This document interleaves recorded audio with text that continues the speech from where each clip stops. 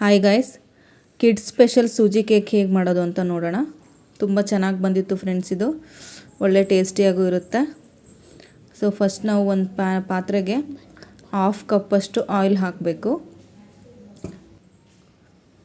1/2 ಕಪ್ಪಷ್ಟು fresh curd ತೊಗೊಳ್ಳಿ friends. ಇದನ್ನು ಎರಡನ್ನೂ ಚೆನ್ನಾಗಿ ಮಿಕ್ಸ್ ಮಾಡಬೇಕು. ಕರ್ಡು ಫ್ರೆಶ್ ಇರೋದು ತೊಗೊಳ್ಳಿ ಫ್ರೆಂಡ್ಸ್. ಹುಳಿ ಇದ್ದರೆ ಅಷ್ಟು ಟೇಸ್ಟ್ ಬರೋದೇ ಇಲ್ಲ. ಸೊ ಅದಕ್ಕೆ ಫ್ರೆಶ್ ಆಗಿರೋದು ತೊಗೊಳ್ಳಿ. ಚೆನ್ನಾಗಿ ಬಂದಿತ್ತು ಕೇಕು, ಚೆನ್ನಾಗಿ ಬರುತ್ತೆ ಕೂಡ. ಸೊ 1 ಕಪ್ಪಷ್ಟು ಸೂಜಿ ಹಾಕ್ಕೊಳ್ತೀನಿ ನಾನಿಲ್ಲಿ ಮಿಕ್ಸಿ ಜಾರ್ಗೆ.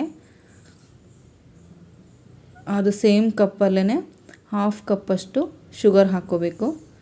ಸೊ ಕೇಕ್ಗೆಲ್ಲ ಸ್ವೀಟು ಲೈಟಾಗಿರಬೇಕು ಫ್ರೆಂಡ್ಸ್, ಹೆವಿ ಸ್ವೀಟ್ ಹಾಕ್ಕೊಳಕ್ಕೆ ಹೋಗಬೇಡಿ. ಇದನ್ನು ಗ್ರೈಂಡ್ ಮಾಡ್ಕೋಬೇಕು ಸ್ಮೂತಾಗಿ. ನೆಕ್ಸ್ಟ್ ಇದನ್ನು ನಾವೇನು ಅದು ಕರ್ಡ್ ಮತ್ತು ಆಯಿಲ್ ಹಾಕಿದ್ವಲ್ಲ ಅದೇ ಪಾತ್ರೆಗೆ ಹಾಕಬೇಕು. ಆಮೇಲೆ 1/2 ಕಪ್ಪಷ್ಟು ಮಿಲ್ಕ್ ಪೌಡರ್ನ ಹಾಕ್ತಾಯಿದ್ದೀನಿ ನಾನಿಲ್ಲಿ. ಆಮೇಲೆ ವೆನಿಲಾ ಎಸೆನ್ಸು ಫ್ಲೇವರಿಗೋಸ್ಕರ ಹಾಕಬೇಕು ಫ್ರೆಂಡ್ಸ್. 1 ಸ್ಪೂನಷ್ಟು ವೆನಿಲಾ ಎಸೆನ್ಸ್ ಹಾಕ್ತೀನಿ ನಾನಿಲ್ಲಿ. ಸೊ ನೀವಿನ್ನೂ ನಮ್ಮ ಚಾನಲ್ನ ಸಬ್ಸ್ಕ್ರೈಬ್ ಆಗಿಲ್ಲ ಅಂದರೆ ಸಬ್ಸ್ಕ್ರೈಬ್ ಆಗಿ ಫ್ರೆಂಡ್ಸ್. ಲೈಕ್ ಮಾಡಿ, ಶೇರ್ ಮಾಡಿ, ಕಮೆಂಟ್ ಮಾಡಿ. ಇದನ್ನು ಚೆನ್ನಾಗಿ ಮಿಕ್ಸ್ ಮಾಡ್ಕೊಳ್ಳೋಣ ಫ್ರೆಂಡ್ಸ್.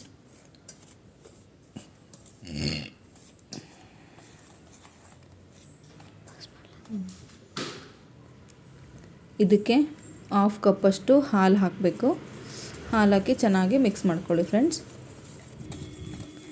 ಎಲ್ಲೂ ಅದು ಬಬಲ್ಸ್ ಬರಲಿಲ್ಲಂಗೆ ಮಿಕ್ಸ್ ಮಾಡ್ಕೊಳ್ಳಿ, ಬಬಲ್ಸ್ ಬರಲಿಲ್ಲಂಗೆ ಚೆನ್ನಾಗಿ. 1 ಸ್ಪೂನಷ್ಟು ಬೇಕಿಂಗ್ ಪೌಡರ್ ಹಾಕೋಣ. 1/2 ಟೀ ಸ್ಪೂನಷ್ಟು ಬೇಕಿಂಗ್ ಸೋಡಾ. ತುಂಬ ಸಿಂಪಲ್ಲಾಗಿ ಫ್ರೆಂಡ್ಸ್, ಚೆನ್ನಾಗಿತ್ತು ಫ್ರೆಂಡ್ಸ್. ಇದು ಕೇಕು ತುಂಬ ಸಿಂಪಲ್ಲಾಗಿ ಮಾಡ್ಕೋಬೋದು ಕೂಡ.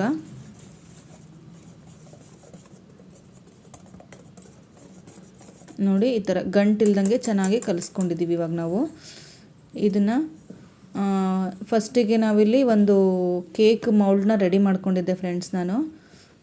ಸೊ ಅದಕ್ಕೆ ಸ್ವಲ್ಪ ಆಯಿಲ್ ಹಾಕಿ ಗ್ರೀಸ್ ಮಾಡಿಕೊಂಡು ಅದ್ರ ಮೇಲೆ ಸ್ವಲ್ಪ ಹಿಟ್ಟು, ಯಾವುದಾದ್ರೂ ಮೈದಾ ಹಿಟ್ಟು ಈ ಥರ ಹಿಟ್ಟನ್ನು ಹಾಕಿ ಇಟ್ಕೊಂಡಿದ್ದೆ ನಾನು. ಸೊ ಇದಕ್ಕೇ ಇದನ್ನು ಟ್ರಾನ್ಸ್ಫರ್ ಮಾಡಬೇಕು. ಬಟರ್ ಪೇಪರ್ ಇದ್ದರೆ ಅದನ್ನೇ ಯೂಸ್ ಮಾಡ್ಬೋದು ಫ್ರೆಂಡ್ಸ್. ಬಟರ್ ಪೇಪರ್ ಇಲ್ಲ ಅಂದರೆ ಈ ಥರನೂ ಮಾಡ್ಕೊಳ್ಬೋದು. ಈಗ ಇದನ್ನು ನಾವು ಆ ಕೇಕ್ ಮೌಲ್ಡ್ಗೆ ಟ್ರಾನ್ಸ್ಫರ್ ಮಾಡ್ತಾಯಿದ್ದೀನಿ ಫ್ರೆಂಡ್ಸ್. ಸೊ ನಾನು ಮುಂಚೆನೇ ಒಂದು ಪ್ಯಾನ್ನ ಇಟ್ಕೊಂಡು ಪ್ರೀ ಹೀಟ್ ಮಾಡ್ಕೊಂಡಿದ್ದೆ ಒಂದು 10 ಮಿನಿಟ್ಸು. ಸೊ ಅದರಲ್ಲೇ ಇದನ್ನು ರೆಡಿ ಮಾಡಿರೋಂಥ ಮಿಕ್ಸನ್ನು ಇಟ್ಬಿಟ್ಟು ಒಂದು 40 ಮಿನಿಟ್ಸು ನಾವು ಇದನ್ನು ಬೇಕ್ ಮಾಡಬೇಕು ಫ್ರೆಂಡ್ಸ್. ಒಂದು 40 ನಿಮಿಷ ಸ್ಲಿಮ್ಮಲ್ಲಿಟ್ಟು ಬೇಕ್ ಮಾಡಿದ್ರೆ ಮುಗೀತು ಫ್ರೆಂಡ್ಸ್. ನೋಡಿ, ನಮ್ಮ ಕೇಕು ರೆಡಿಯಾಗಿದೆ. ಸೊ ಇದು ಕಂಪ್ಲೀಟ್ ಕೋಲ್ಡ್ ಆದಮೇಲೆ ಒಂದು ಟೂತ್ ಪಿಕ್ಕರ್ ಹಾಕಿ ಈ ಥರ ಹಾಕಿದವಾಗ ಅದು ಅಂಟಲ್ಲ ಫ್ರೆಂಡ್ಸ್. ಅಂಟಿಲ್ಲಂಗೆ ಕ್ಲೀನಾಗಿ ಹೊರಗೆ ಬಂದರೆ ನಮ್ಮ ಕೇಕು ರೆಡಿಯಾಗಿದೆ ಅಂತ ಅರ್ಥ.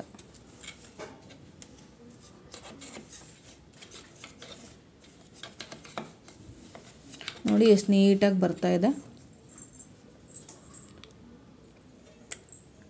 ಈಗ ಒಂದು ಪ್ಲೇಟ್ ಮೇಲೆ ಇದನ್ನ ಉಲ್ಟಾ ಮಾಡೋಣ ಫ್ರೆಂಡ್ಸ್. ಇಷ್ಟಂದರೆ ಸಾಕು ಫ್ರೆಂಡ್ಸ್, ಆರಾಮಾಗಿ ಬಂದುಬಿಡುತ್ತದು.